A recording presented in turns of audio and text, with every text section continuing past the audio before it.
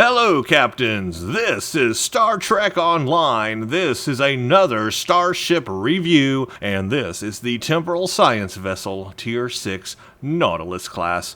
Let's go.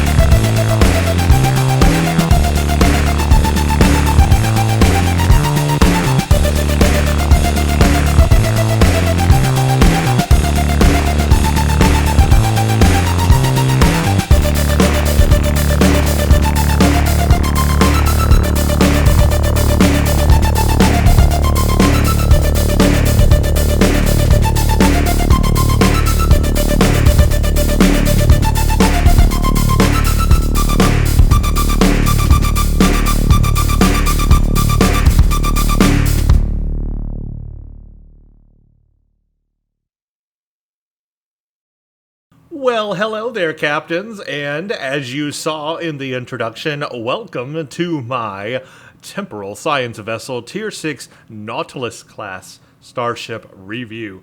This is the 26th Century Starship Nautilus class. This starship came with the whole Agents of Yesterday expansion in July 6th of 2016. This ship is among the 26th Century series of ships. There's a cruiser and an escort, and then also we have the 31st Century ships. I have done a review of the 31st Century ships, actually all of them. So please check out the reviews of those ships if you're curious about the 31st Century ships. They are a very, very, very good set of ships. But this one today starts my series looking at the 26th Century ships. This one we're looking at today, as you can see, is the Science ship. It is the Nautilus class, and it has a very familiar design because you've probably seen this design before. It is, in fact, based on the Daedalus class vessel in the 23rd century. Now, what is unique about the 26th Century ships in Star Trek Online is that they are temporal ships, just like the 31st Century ships. That means they have that molecular deconstruction beam that all 31st Century ships have. So these are technically temporal ships. We will, of course, go into battle in this review. I will show you how it all, plays out in battle. But first, let's just take a look at it. We have this a unique kind of spherical part. I don't know what you call it exactly. It's not a flat saucer, but it's a saucer turned up on its edge. And very kind of thin. It's a thin ship, except for this little part sticking out here. I guess that's where the crew quarters are and everything. The nacelles are very long and thin, almost like razor blades. Look how sharp and thin those nacelles are. Very, very, very futuristic design. It definitely screams 26th century, at least looking at the design of the ship. It is very sleek, very thin. You have these thin struts for the nacelles. It definitely has that aesthetic of the Enterprise J. It looks, well, it looks like it looks. I mean, it is a science ship, so don't expect it to be the, best at being a tank or the best at being like an escort. It is a science ship. It is for science-y powers. It does have a cool visual. It is a very tiny ship. You can't really tell right now because I'm not near other ships, but this is a very tiny ship. Let me just read a little bit about it here. It says that the Nautilus Temporal Science Vessel is a Tier 6 science vessel. It can be purchased from the C-Store for 3,000 Zen or as part of the Temporal Special Agent Pack. Remember, this came out with the whole Agents of Yesterday expansion in July of last year, 2016. It is inspired by the 23rd Century Daedalus class. The Nautilus class packs a tactical punch for a science vessel. Starfleet incorporated several new systems on the Nautilus, many of which involve nanotechnology developed in conjunction with the Borg Cooperative. So this is basically Starfleet taking Borg Cooperative technology and integrating it officially in a starship. And it has a nanotechnology type of weapon that we'll talk about called the nanoprobe contagion field. So this is the Starfleet taking Borg technology and integrating it into a Federation starship. So that's pretty cool. I want to fly closer to some other ships. Here's a Breen. That's a Resreth ship right here. And I'm going to pull it next to this ship. If I can. There we go. There's a good angle on it. And you can see how tiny this ship is compared to something like the Breen Resreth. You could fit several of these ships within the same space as one of those ships. Very, very, very, very small. Here we go. Let's compare it to this ship down here. Very well-known ship. So there's a good size comparison for you. A big cruiser like that, and here's this science vessel. So it's very tiny, but because of its size, it allows it to be very maneuverable. So this is a very, very maneuverable science vessel. As you can see, I'm just flying around in circles on this ship like it's nothing. So that is an advantage that this ship has, is that it is a small, maneuverable science vessel.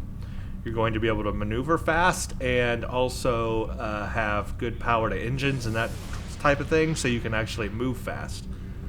There we go. There's the JJ Prize, and you can see how this ship compares to it as well. Pretty small of a ship.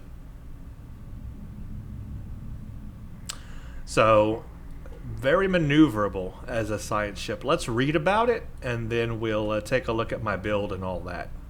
Here it is. Inspired by the 23rd Century Daedalus class, the Nautilus class packs a tactical punch for a science vessel. Starfleet incorporated several new systems on the Nautilus, many of which involve nanotechnology developed in conjunction with the Borg Cooperative. Temporal starships are capable of making subtle alterations on the molecular level through the use of a molecular reconstruction. This technology allows a starship to assume one of three different configurations: defensive, offensive, and support. Each configuration has their own strengths and weaknesses. Each of these configurations generate their own specific counter. Up to 6 counters can be generated at a time. These counters are used to fuel your molecular deconstruction beam. You've got the defensive configuration, which will dynamically reconfigure to fill more of a defensive role. This provides a boost to maximum shield power and incoming hull healing. It comes at a cost to flight speed and turn rate. You have offensive configuration.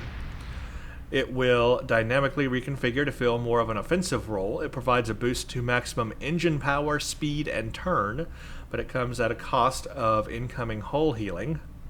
Then you have support. While this configuration is active, the ship's systems will dynamically reconfigure to fill more of a support role.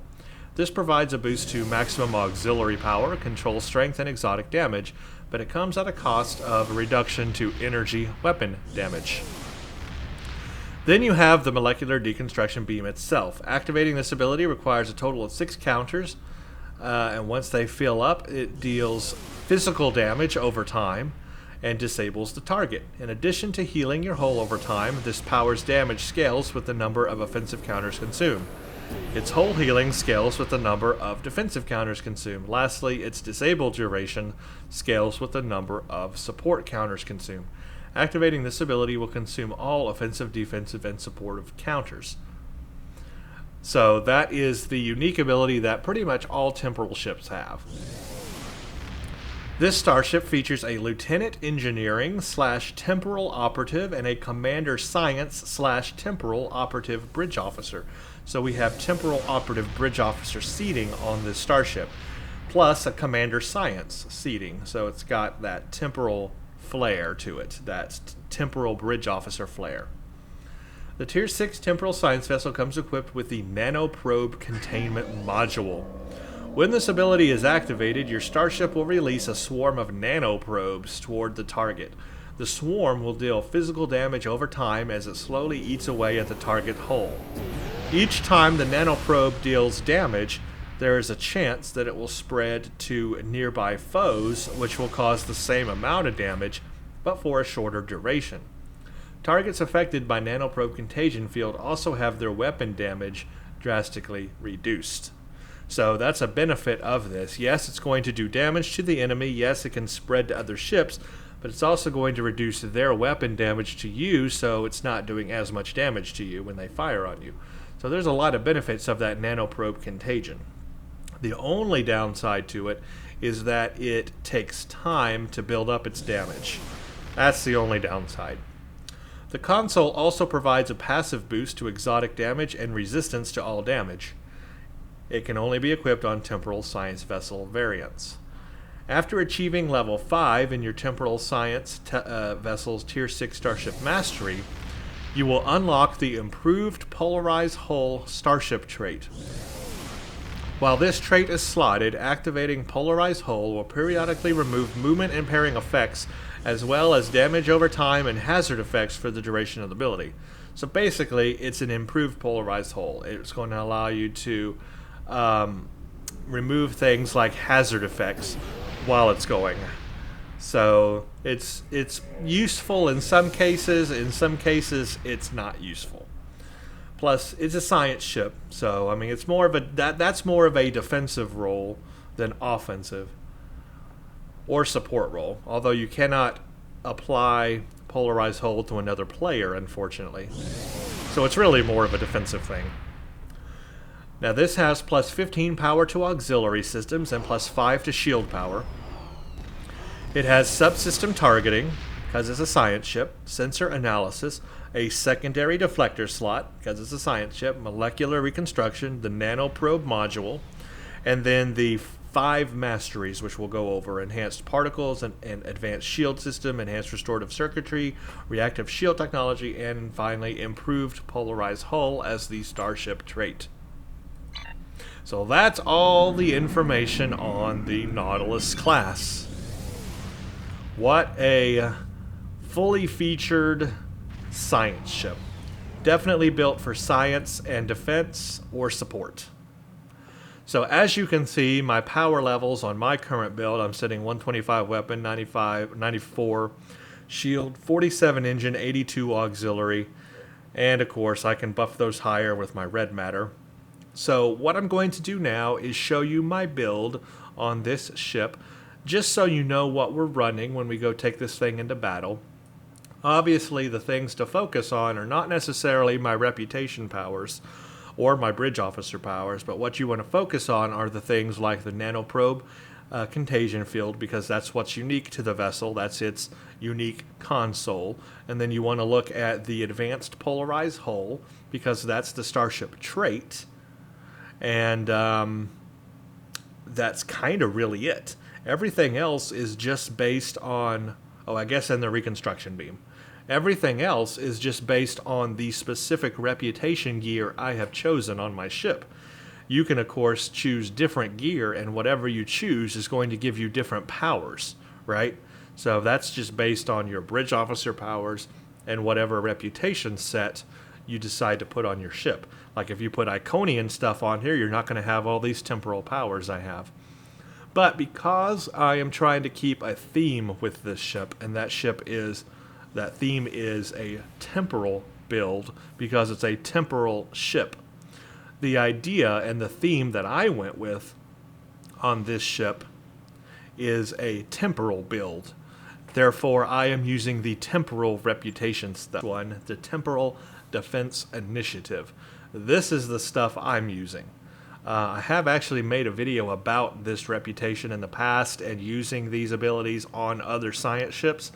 Basically, I've got the entire Temporal Defense Initiative reputation on this ship. Now, the only thing I don't have are temporal bridge officer powers. Unfortunately, I have not yet taken a look at temporal bridge officer powers and what they all do. So I do not have any temporal bridge officers seated on this ship. Remember, it can support that, but I just don't have that right now. So my powers are based on more of the traditional bridge officer powers. But of course, you have the option to put those temporal powers on your ship and have even more temporal power. So I'm going to bring up my build real quick. We're not going to go over this in depth. I have looked at these things in the past on other ships, and you can check out those reviews. But basically, I am using an anti-proton build, or chronoton, which is the same thing. Chronoton, anti-proton, same thing. So I've got a dual anti-proton beam bank up front. I've got the Advanced Temporal Defense Chronoton Beam, which is part of the Temporal Defense Initiative armaments. I have the Advanced Temporal Defense Chronoton Torpedo, which is part of the Defense Initiative armaments as well. And then I have the consoles that goes along with it, wherever it is or whatever it is. This one, I think. Yeah, the Universal Chronoton Drive Actuator, which is part of that Temporal Defense Initiative armament. That gets me frequency tuning and temporal threading as extra powers. Then I have the whole space set Temporal Defense Initiative Deflector, the Temporal Defense Initiative Combat Impulse Engine, the Temporal Defense Initiative Overcharge Warp Core, and the Temporal Defense Initiative Regenerative Shield Array, which also gives me predictive decay algorithms, timeline expertise, and temporal fracture powers based on that reputation. That's called the Temporal Defense Initiative Starship Technologies set. So all of that, again, is just from the Temporal Initiative reputation. That's not part of this ship. That's just the temporal reputation. Those will vary and be different based on whatever you put on your ship. But I put those on this ship because I'm trying to keep that temporal theme going along here. Now here is the unique console. This is the one that comes with this starship. This is the Universal Nanoprobe Containment Module. As you can see, it's got a plus 6% exotic damage and all damage resistance rating just by having it on the ship. But what this is an area of effect damage over time damage debuff. So unfortunately, it's that damage over time that I don't like, because you have to wait for it to build up and do its damage. And in that case, I would rather use it on a big bad boss, like a boss that has a really high hull strength, a dreadnought, something like that. I use it a lot on those Zinkethi dreadnoughts in the latest STFs, because those suckers, they are, hard to take down. So you want to use it on something that has a high hull strength. And that way, that gives it time to do its job. So it does to the foe 1984 physical damage every 2 seconds for 20 seconds, 100% shield penetration with this thing. To the foe has a negative 50% all damage for 20 seconds. A chance to apply the nanoprobe contagion field up to 6 enemies within 3 kilometers can also be affected by this. Chance increases every 2 seconds from 12.5% to 100%. Foes get physical damage, and their damage is debuffed. 25% chance of a plus 40 auxiliary power for 10 seconds after activating exotic damage abilities. That is coming from a DOF, by the way. So that is the unique console on this ship. I will use it and you will see it go into play when I do it. What happens when you fire it is it shoots out this like cloud of nanoprobes, and the cloud kind of worms its way over to the enemy and then affects it. It takes time to get there, by the way, and it is damage over time. So keep that in mind. Now let's look at the masteries and the traits. So the first mastery you unlock is a plus 15 damage to exotic damage abilities. So you want to really build this ship with exotic damage abilities. And Nanoprobe Infestation is an exotic damage ability. So you really want to fill this thing out with exotic damage. Number 2 is a plus 10% shield hit point. Number 3, you get improved hull healing and improved shield healing. Number 4, you get the 619 shield regeneration every 6 seconds and reduce damage to shield by 5%. And then finally, the Starship trait is the Polarized Hull. It clears hazards and movement impairing effects. Now, Polarized Hull already removes movement impairing effects. So really, it's just the hazards.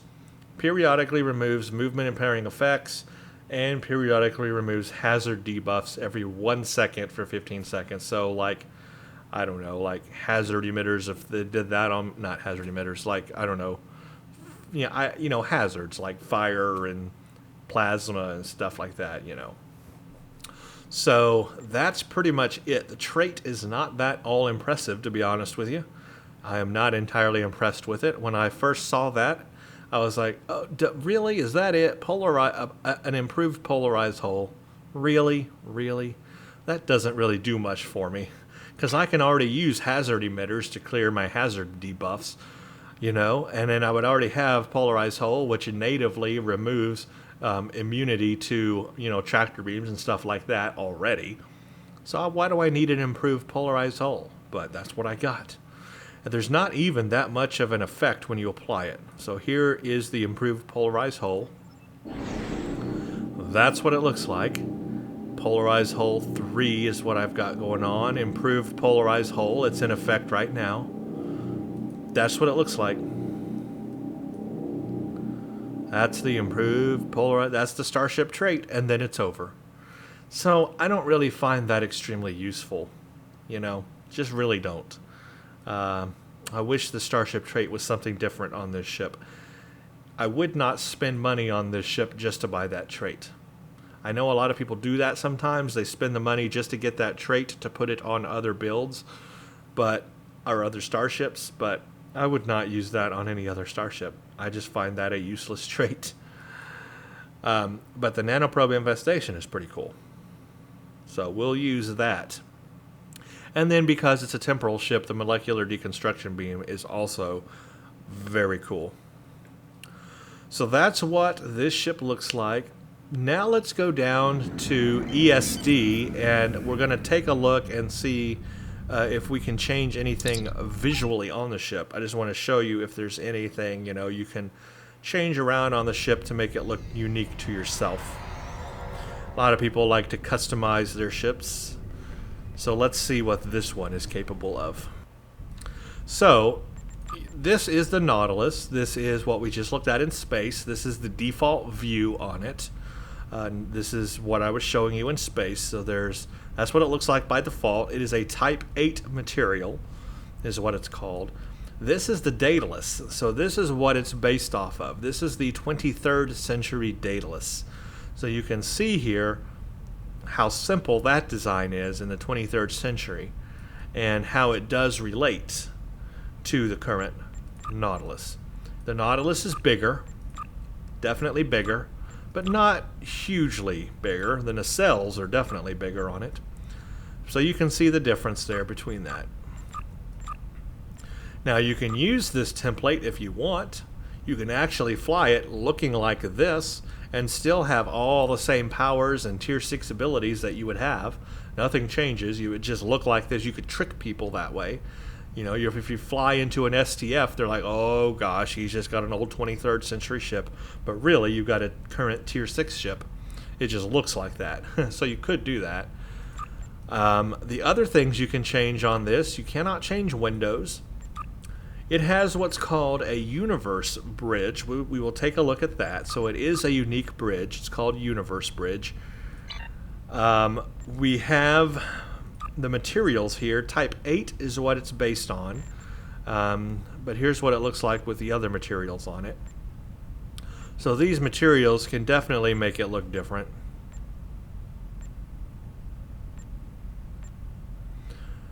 That one's kind of cool looking, actually. That's not too bad. I like that. That veteran one, that's kind of cool looking. But that's the default one. You can change the colors on it, of course, with the pattern. You can apply a pattern to it and then change those pattern colors.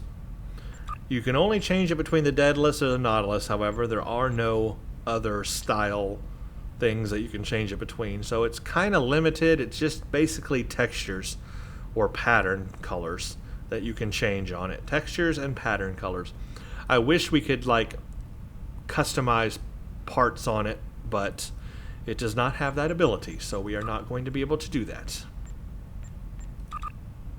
Let's go take a look at the bridge. So it is a very futuristic looking bridge. I like that up there you can see into space above you. This is the, I guess, the view screen, which is also a window, which I kind of like. I like view screens that are windows or window to view screens, because I like to be able to see outside like a real window, but also then use an overlay on it like a view screen. We can access account bank, library files, and duty officers here. We can select a small craft. We got doors back here. I don't think they go anywhere. Nope. So unfortunately, we cannot explore the ship. We've got, these are control panels. These are view screens. Very Enterprise J-esque. And by Enterprise J, I'm referring to NCC 1701J. I think it's an interesting bridge, but I think it's a little too big. I think it should be a little smaller. Also, why doesn't the captain have a chair? Are you supposed to stand on your bridge? I guess in the future we just stand on our bridges. I would like a captain's chair, and I would like this to be a little bit smaller. I think the bridge is just a little too big, especially for the size of this ship. I think it should be a smaller bridge. Doesn't need to be this big, but it's a universal bridge. It's for all the Temporal Science ships, 26th century ships, so I see what they've done. They have not really customized the bridge for each ship, unfortunately. But hey, at least it's got something, which these days is better than nothing. Okay, before we take this thing into battle, it is time to show you all the stats on it. I forgot to show you where my stats are on this thing. That is obviously important. So you will see that I am sitting at a stealth detection rating of 109.29, which is pretty high. My bonus defense is 60%. Power transfer rate is 310%. Now this is where you see that it's definitely a science ship. The hull is only 50,000, so we don't have a very high hull strength here. So you got to keep that in mind. Got to worry about that a little. You want to heal a lot. Luckily, I have a really high shield strength. That is, of course, a big benefit of science ships, is you have a high shield modifier. So we have a high shield strength here. The kinetic and all my resist actually are about 40%, which is not terrible. And my crit chance is 15.3%. My crit severity is 74.8%. So I got a bit of a higher chance there, which I like. Accuracy is pretty good at 35.1. My turn rate is 30.3 degrees per second. So yeah, a maneuverable ship. A very maneuverable ship. By the way, if you're wondering about the default stats on this ship, because I did forget to mention that, the regular hull strength at level 60, the regular hull strength, without any buffs or whatever, is 35,200. So I've got it at 50,000, so it is well above the default hull strength. But I think it should have a higher hull strength. But it is what it is. Other stats on this thing, of course, 3 forward weapons, 3 aft. It's a science vessel, that's what you would expect. The shield modifier, because I mentioned that is high on science ships, the shield modifier is 1.32, so that definitely helps get my shield strength up. What else do we have? We got 3 device slots, of course. We have 2 engineering console slots, 1, 2, 3, 4, 5 science, and 5 tactical. So that really helps give us 4. 1, 2, 3, 4, 1, 2, 3, 4. 4 science, 4 tactical. So that kind of evens us up on science and tactical. Remember, this does have a bit of a tactical flair to it. So that's good. So that's why that's evened out there. That's nice. So this is the stations it has. It has a commander science. So you can have that tier 3 commander science powers, which is also a temporal operative seat. So you will have that temporal abilities you can have on the ship. Then you have a lieutenant for engineering or for temporal. You got an ensign tactical, lieutenant commander tactical. Remember, this one does have a bit of a tactical flair to it, so I like that it has a lieutenant commander tactical seating. I can use a tier 3 tactical ability, but then it also has a universal slot, so you can use that as a lieutenant commander for anything else. Naturally, because this is a science ship and I built it with a lot of science powers, I used that for my science abilities, and that's where I used Polarized Hull 3 so that I can get the most out of the Starship trait. Because my goal when I test these ships is to utilize the Universal Console and the Starship trait to the best of their ability. So I wanted to have Polarized Hull 3 on here so I could use that to the best of its ability. That Starship trait is buffed as good as I'm going to get it for right now. So that's good. So these are the powers I'm using. Obviously, you know, you can do different things here, and you probably want to mess with some temporal operative powers and put some on here and see what they do. I need to test those myself and see what they do. So it does support that. I'm just not using those at this time. So at this point in time, it's time to take this ship into battle and see what she's got. Alright, welcome back everybody. So here's the first thing I'm going to do. I'm going to take this ship into a normal patrol. This is Koraya. Very easy patrol, but that's not the point. The point is I'm going to fire off the nanoprobe contagion field on the big Romulan Diderodex. And what I want us to do is to look at and see how much damage that does to the Diderodex over time and how it might spread to the other ship that's also in combat. What I'm going to do is not fire any of my weapons. I'm not going to go into combat with these ships. I'm just going to fire the nanoprobe thing so that we can see the kind of damage it does and you can see what the effect looks like. That's the goal here. But for right now, the focus of this fight is for us to look at the nanoprobe contagion. I am not going to use my red matter to buff auxiliary, although that would do the most damage. I'm just going to fire it off with my default auxiliary level, which is 82, just so you can see what a moderate amount of auxiliary power does with this ability. So here we go, Diderodex. Fire it off. Warning, ship is under attack. See, that's what it looks like.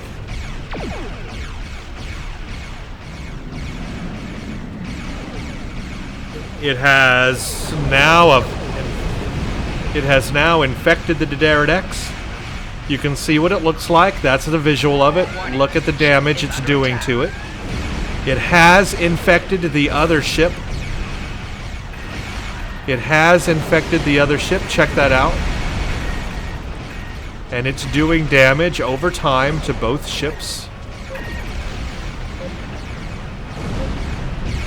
It looks like it might have expired on the Diderodex, but there we go, now it's expired on that ship. So it helped a little bit. It helped a little bit, but now it's expired. Now he's got me in a tractor beam. I will go ahead and use my improved polarized hull. And of course I can get out of that tractor beam now. And I went ahead and fired on him anyway. Now we'll just take out this one real quick.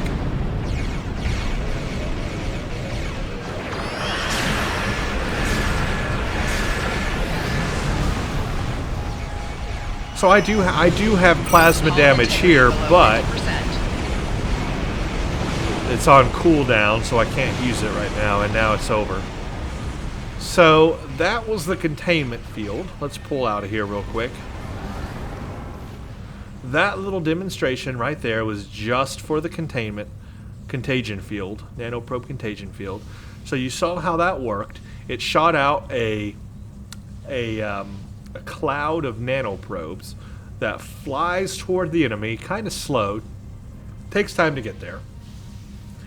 Flies toward the enemy, starts doing damage over time on them, and then if there's another enemy close to them, which there was, it will spread to them. And you saw that. It spread to the other ship and started doing damage to that ship too. And it was doing damage. It was actually doing what it was supposed to do, 100% shield penetration, but it did run out. Once it expired, that was it. The damage was done, basically. So it helps to a degree, but then you have to wait for it to cool down before you can use it again. So that's why I like to use it on the big ships. The ships that are the big daddies, like a Daredevil, or a Dreadnought, or a battleship. A big ship that has a high hull strength. Because the little ships that don't have a high hull strength, you don't want to waste them on them. You can shoot them down faster than the contagion field will work on them. So you want to save it for the big ones, the big daddies. Let's do it again. Let's do it on this Mogai, even though technically I wouldn't do it on a ship that small either. It's almost halfway dead. Let's buff it up this time. Fire it off. See how long it takes, though, to get there? By the time it takes to get there, you might already have disabled the ship. But there it goes, doing its thing.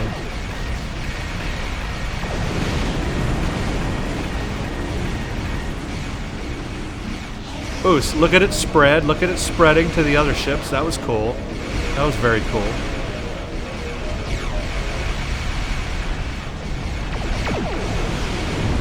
Let's see how it spreads. Isn't that very cool? That's very cool. Look, it's spreading over here. It's got these little ships. Look at that.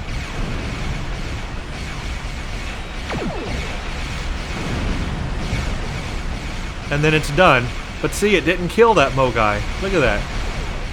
Look at that. It did not kill the Mogai. Had half health, but it did not kill it. And I even buffed it with my red matter. And it did not kill it. So, it has limited use. But it can be cool. It's a thing to help. It helps. I wouldn't say a whole lot. But it helps.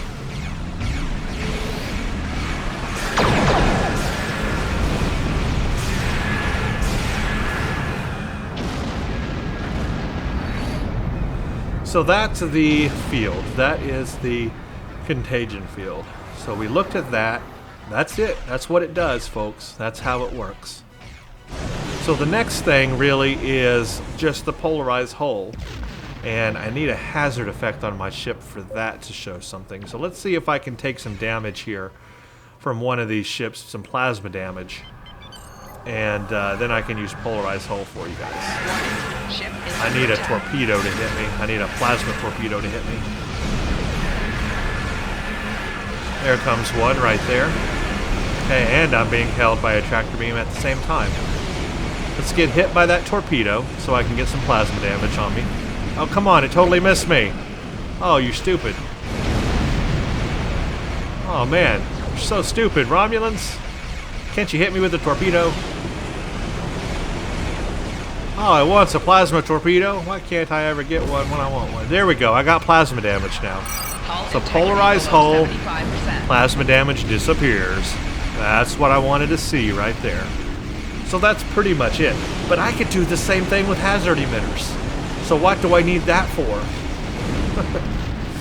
I don't need both, I guess. I mean, I don't need a hazard removal on polarized hull.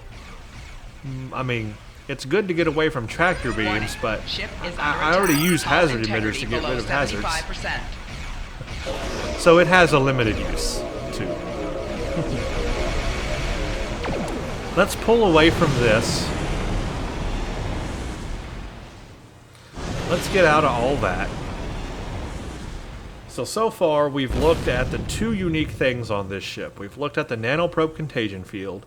You saw how that worked. That was a very cool demonstration. That worked out well.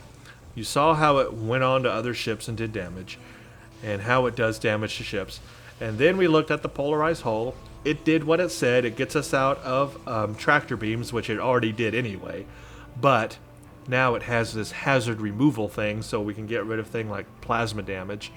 So it does the same thing as hazard emitters, but it's a bit redundant. But you saw it, that's what it does. Those are the two unique abilities that come with this ship. The other one, the deconstruction beam, naturally is a temporal ability. We've got full counters now, I didn't realize that. So let me go ahead and use it on the enemy here and just show you that. I have shown it to you on other ships because it's on every temporal ship, but I'll show it to you again. Fire it on that. There we go. Now that one does a lot more damage than a nanoprobe. Check that out. I killed that Mogai just with the deconstruction beam. Killed it just with that beam. So what does that show you? That shows you the molecular deconstruction beam does way more damage than the nanoprobe contagion field. And you can even see that being reflected in the damage here. This one's doing 2,000 physical damage every 2 seconds. And remember, it's damage over time. This one, 6,000, but as I gain more counters, that'll actually go up. Let's gain all the counters and see what it costs. Let me go into battle here so I can gain counters. Target shield has failed.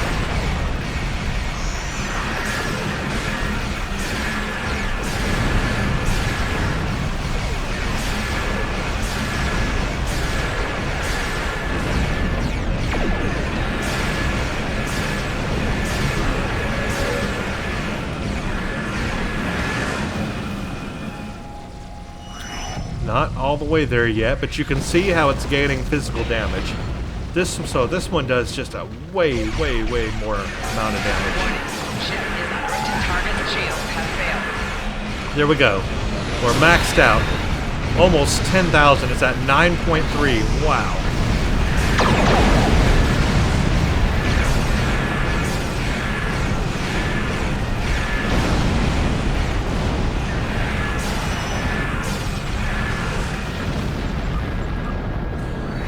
So this thing maxed out is at 9,359 physical damage. Does weapon power increase that?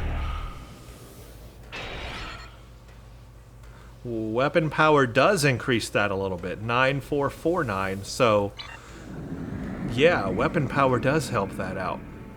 I didn't know that, but now I do. So there you go. The molecular deconstruction beam is actually way more damage than the nanoprobe contagion field. This one helps, I guess if you have a lot of enemies around you, it would help. And remember, it does debuff their weapon damage too, so I guess that could help. So ultimately, it helps wear them down.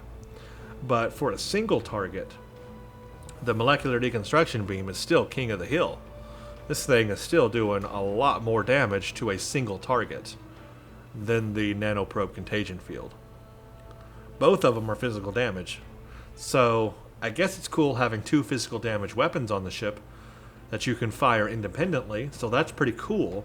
But this one does more. So anyway, let us get out of this. And we will do something else. Let's go do a Borg encounter. Now on this next stuff, I am not going to necessarily show off the abilities, because I just did that. That was the whole point of that patrol. I showed off the unique abilities of the ship.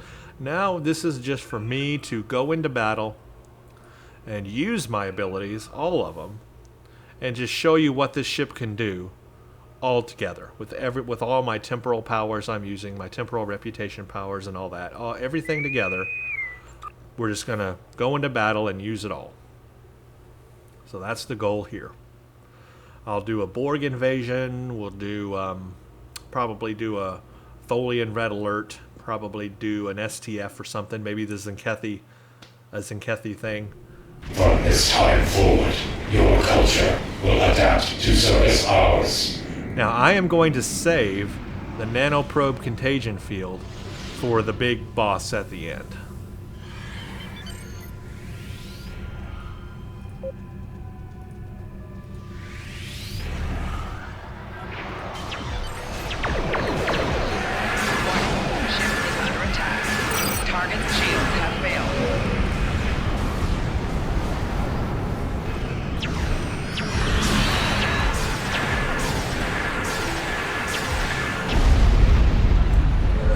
These Borg incursions are not very difficult, so I didn't expect this to be difficult. This is just to show you, you know, how it all kind of works together.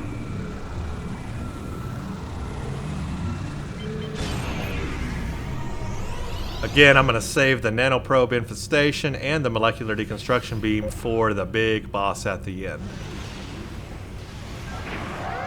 Warning, ship is under attack.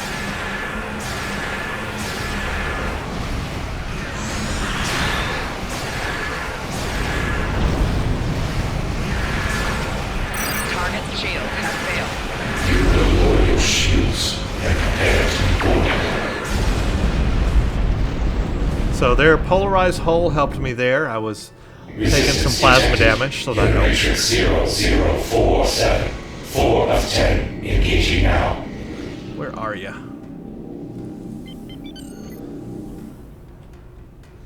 So this is where I'll use all my big guns.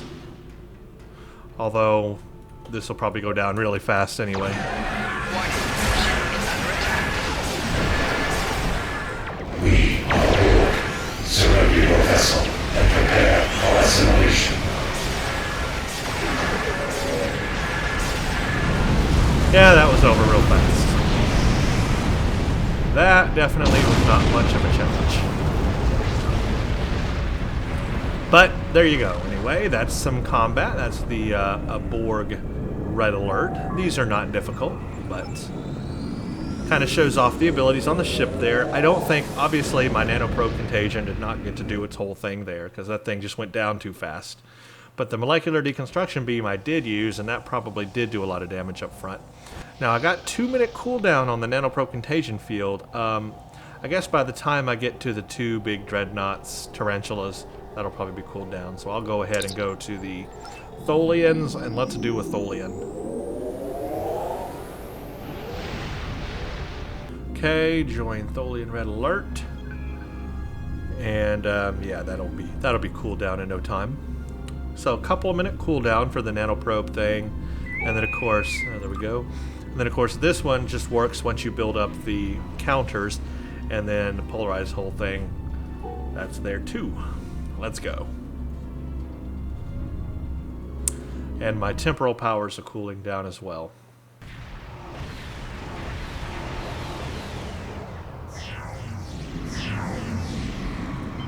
So I'm gonna go over here first.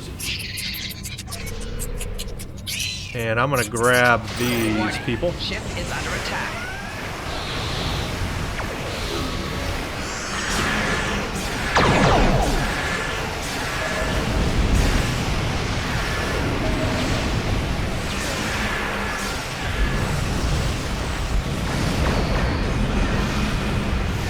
Target's shields have failed.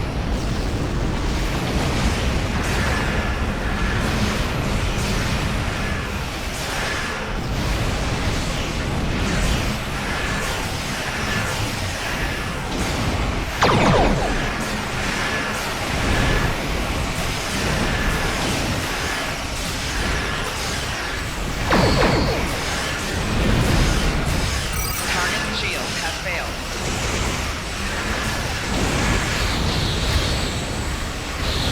Ah, crap.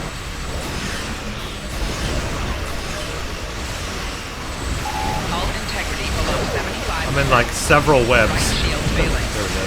Hull integrity below 50%.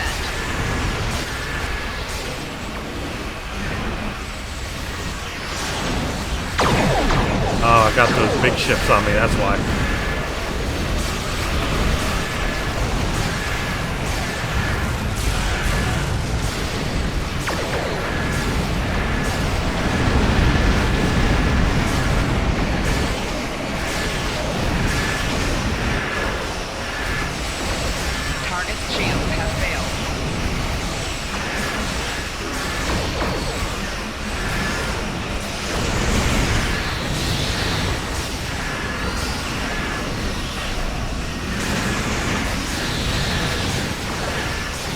Hey, don't push them away.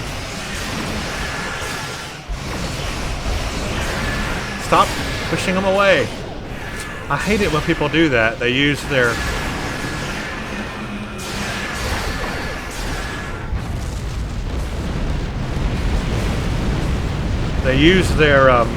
tractor repulsors and push them away out of your weapon range. What ridiculousness is that?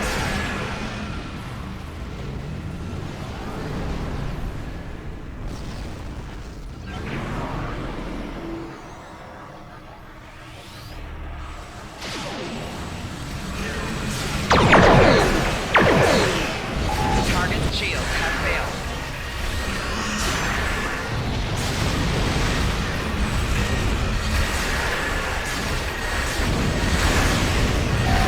Hull integrity below 75%.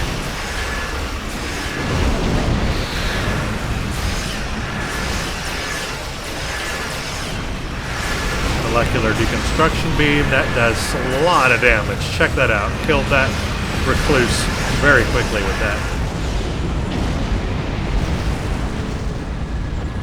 And done. Almost done.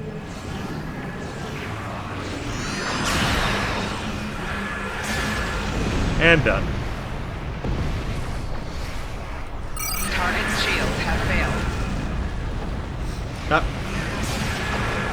Terran ships. See, somebody is pushing them away. Somebody has tractor beam repulsors.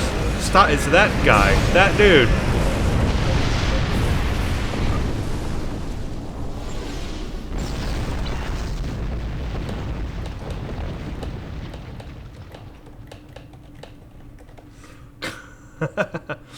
I hate people that do that.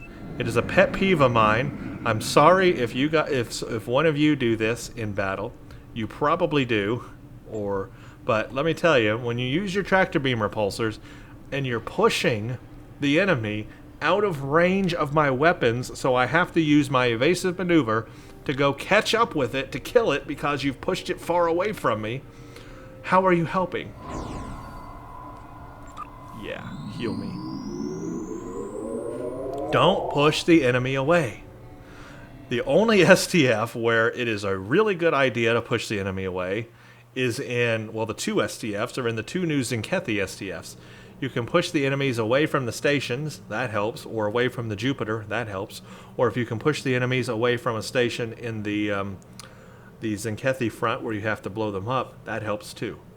Otherwise, don't push them away. If I'm firing on them or you're firing, somebody's firing on them, don't push them out of the firing range. Sorry, that just really gets to me, guys. Pet peeve of mine. Makes it difficult, and I get angry. And you wouldn't like me when I'm angry. Okay, so there we go. You saw there that went pretty well. There was a moment, though, when I was losing a lot of hull strength very quickly, and I didn't realize it was because the two tarantulas were right above me. I didn't notice that.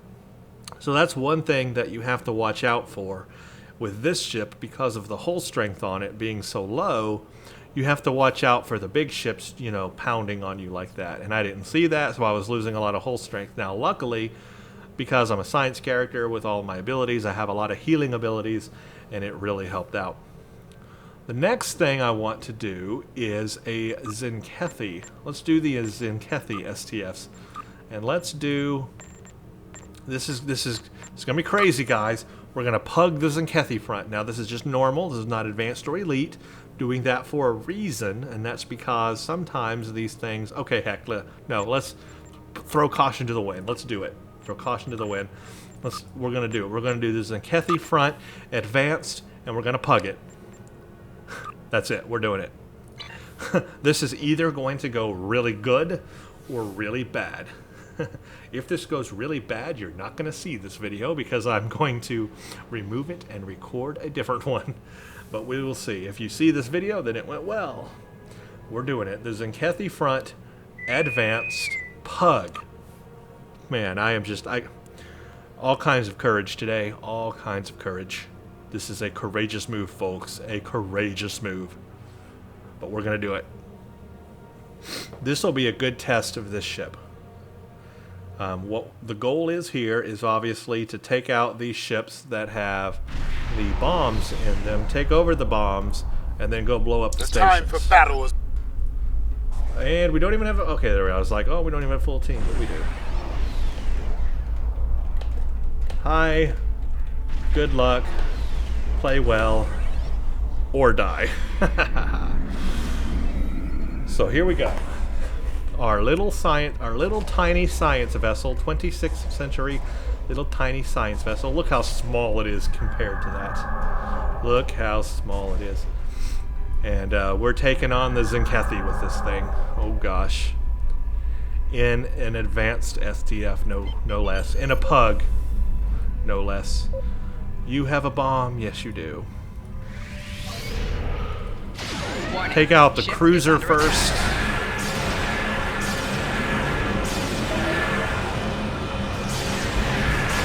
Target's shield has failed.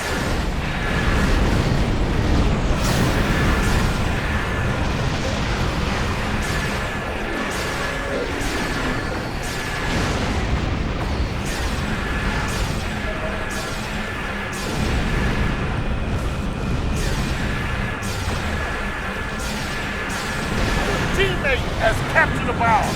Protect them. I'm about to have a bomb too.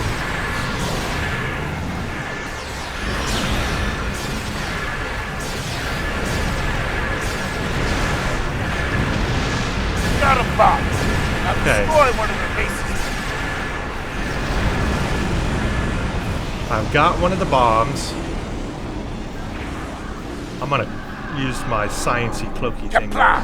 Alright, there One we go. Zenkethi base Crap being has been fired destroyed. on, not good. Keep fighting. Launch it and blow it. And there we go, there we Another go. Yes! Zenkethi base has I been got destroyed. one. There are 3 left. I got one.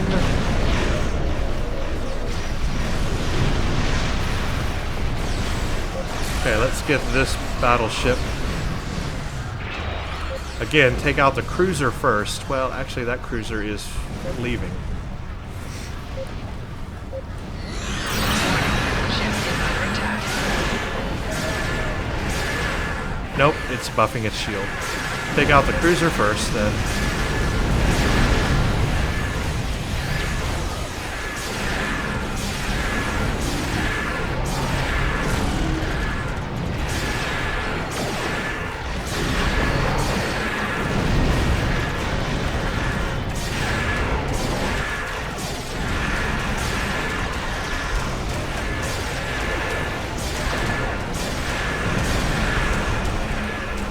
Die, will ya? Jeez.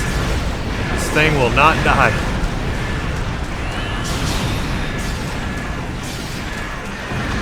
There we go, okay.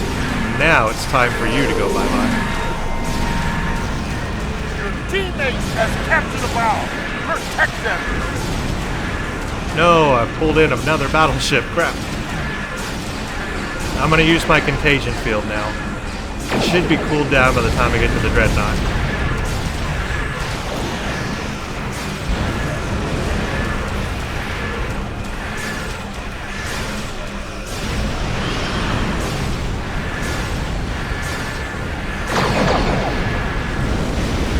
Core shields failing. Hull integrity below 50%. Target's shield has failed. Hull integrity below 75%.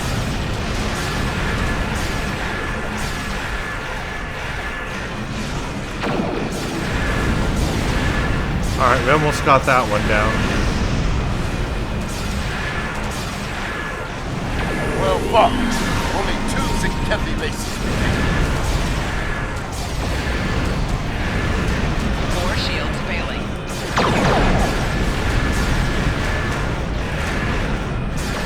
Hull integrity below 50%. Oops. Well, we got one free anyway. Should be able to grab one of those bombs. I can't grab the thing. Grab the bomb and go. Why isn't he grabbing it?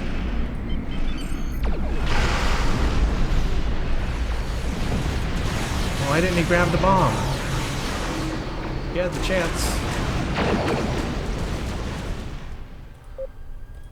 Ugh. What are you guys fighting? You're fighting... There's no point in you fighting those ships, guys. Warning. Ship is under attack. We gotta get another one of these. Then. I don't know why that guy didn't grab one of the bombs. He had the option to. Your teammate has captured a bomb. Someone's got one. He's got one over there. Good for him.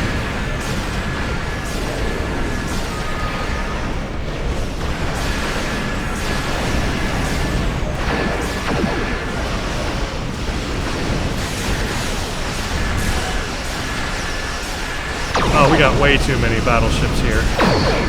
This ain't gonna work. Have failed.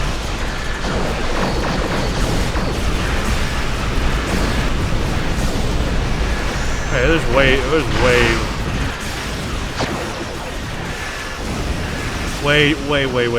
too many battleships.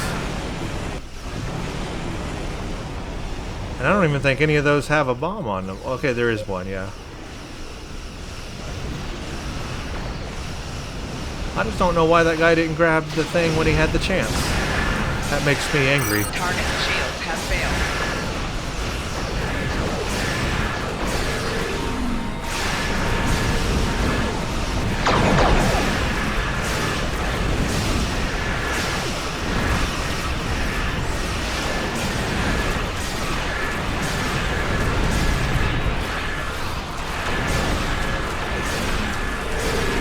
Got too many battleships here. We need to get that cruiser out.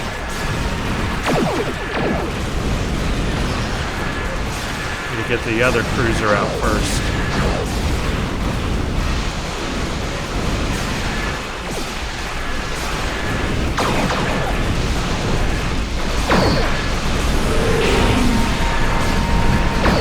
Door shields failing. Hull integrity below 75%.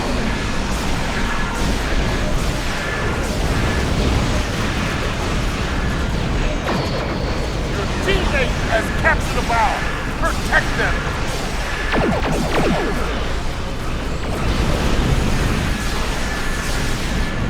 You've got a bomb.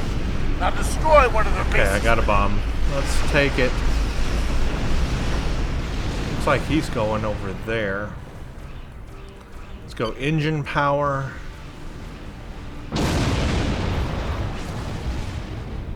I need a station. Where is a station? There's a station way over there. Can I go full impulse and not lose my bomb? No, I can't. Will not let me go full impulse. And I don't think I can use trajector jump because I believe that I lose the bomb if I do that. I think I tried it once and lost it. He's going to that station. I'm going to let him do that. And then I'm going to go over to this other station. Where did he go? Over here.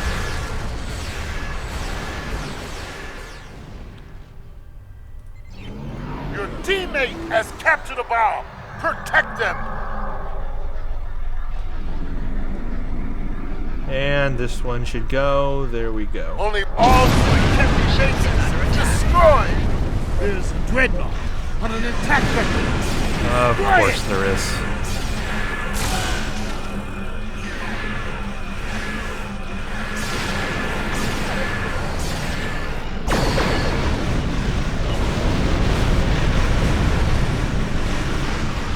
Left shield failing.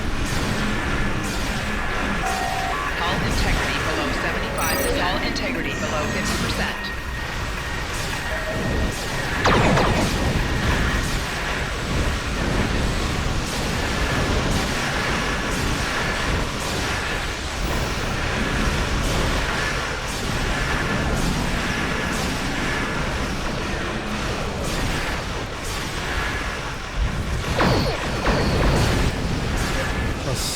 Set the contagion to go. And do that.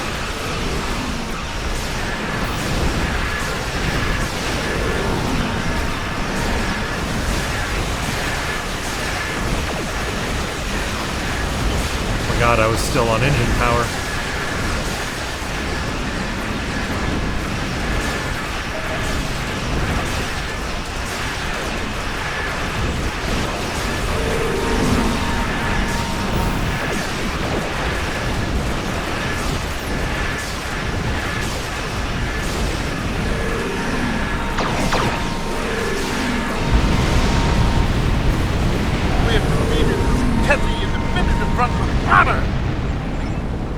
there you go. The Zenkethi front in advanced or on advanced level difficulty with a pug, and it was successful.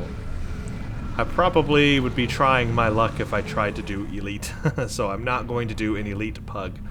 But there you go. It is possible to do the pug on advanced. A problem that most people make in this STF, and I pointed that out when I played this STF the first time, and I did record a video on it, is that people will start attacking ships that aren't necessary. There's no reason to attack any of the ships that don't have a bomb on them, unless you're trying to get them off of somebody's tail. If you're trying to draw fire from them so that somebody can deploy a bomb to one of the stations, well then, obviously that's fine. But if you're just out there like attacking a group like that, which does not have one of the bombs, there would be no point in that. So a lot of people make that mistake. And then also, once a bomb is out, once you've destroyed a ship that has one, grab one and go take it to a station.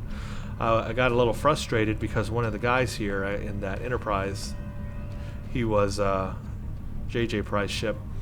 He had the opportunity to grab one of the bombs because one of those ships that had one of them blew up, and he had the opportunity to grab it and go take it to a station, but he did not grab it.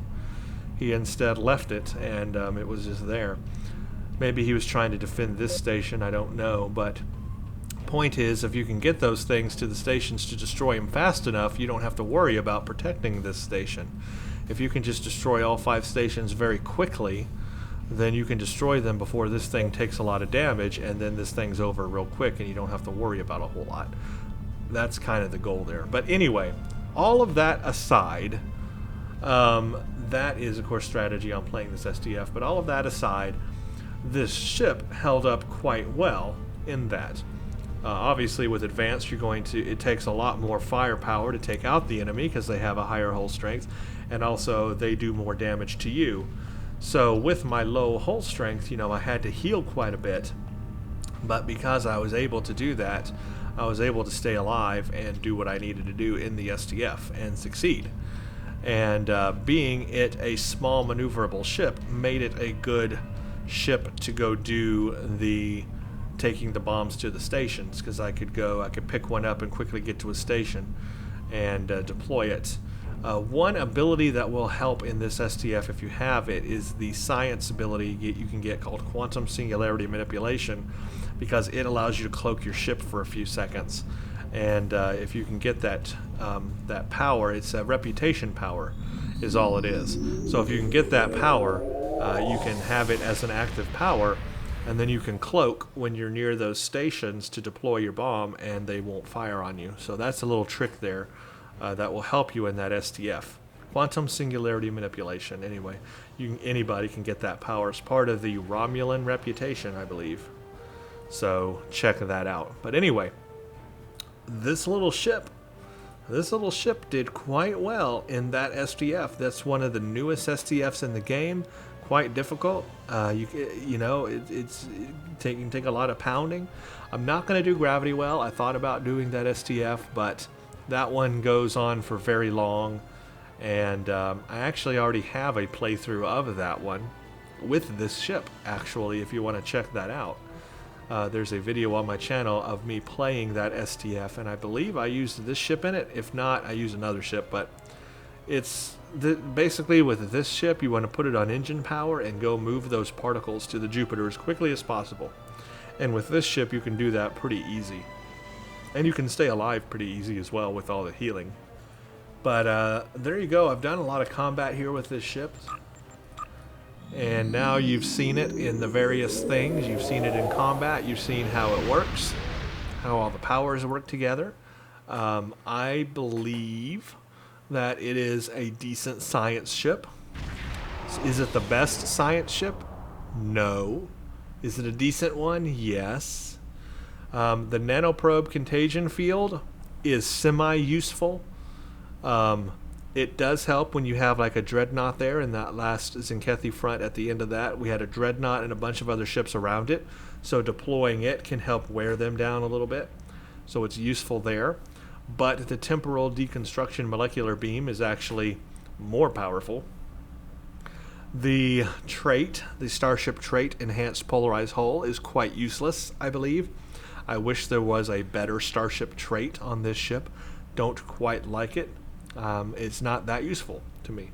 So I would not spend money on this ship just to buy the Starship trait. I would probably not spend money on this ship just to get the Nanoprobe Contagion Field either. I do not believe any of them are really worth money spent on the ship. All of the temporal ships come with the molecular deconstruction beam, so there are better ships out there. I believe the 31st Century Science ship that I did a review on is probably better than this 26th Century ship. And when I compare the two, when I compare this 26th Century ship with the 31st Century Science ship, or even a Paradox class, or even a Wells class, I don't see the point necessarily of this ship. It is cool, I guess, for a little while, but there's a reason why you don't see a lot of people flying this ship in game. It's kind of a waste of money unless you bought the whole Temporal's, agent pack and you have all the ships. It really doesn't make sense to spend 3,000 Zen on this ship because there's a lot better science ships out there, and I just mentioned them. There's the 31st Century Temporal Science ship. There's the Paradox. There's even the Voth Tier 5, even a Voth ship that's upgraded to Tier 5U is probably better than this ship. Other than that temporal deconstruction beam power, yeah, there's better ships out there because you can get the 31st Century Temporal ship, and it's a lot better. I did a review on it as well. It's a much better science ship than this one. So I don't necessarily see the point of this ship, and you don't see a lot of people flying them. In fact, I've never seen anybody else flying it. I'm the only one I've seen with this ship flying it. So I've spent a lot of time on it now. It's been several months that I've been flying on this ship, so I do have a very good experience with it now. And yeah, I mean, guys, I guess my final conclusion is I really don't see the point of this ship,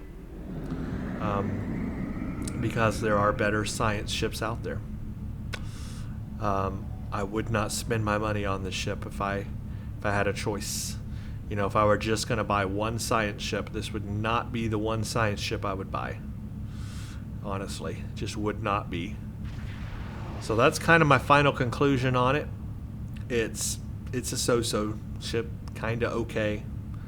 It's just there, but it's not necessarily a ship that you are, saving up all your resources to go buy and purchase. It's capable in the latest STFs. It's definitely capable, but again, there is better out there. And so that's kind of where I'm going to leave this review on this ship. It's not extremely positive, but it's not extremely negative because it is a capable ship, but there is better out there. So yeah, I guess that's about pretty much all I have to say about that. Thank you all for watching this video. I hope you got a lot out of it. If you are flying this ship, or if you have flown this ship, or if you're thinking about flying this ship, or you've moved on and decided to get rid of this ship for something else, definitely leave your comments below and let me know what you think about that, about this ship and all that. I look forward to hearing it. I actually look forward to hearing if there's anybody else who has flown this ship, because I haven't met anybody yet. So thank you for watching, and stay tuned for the next one.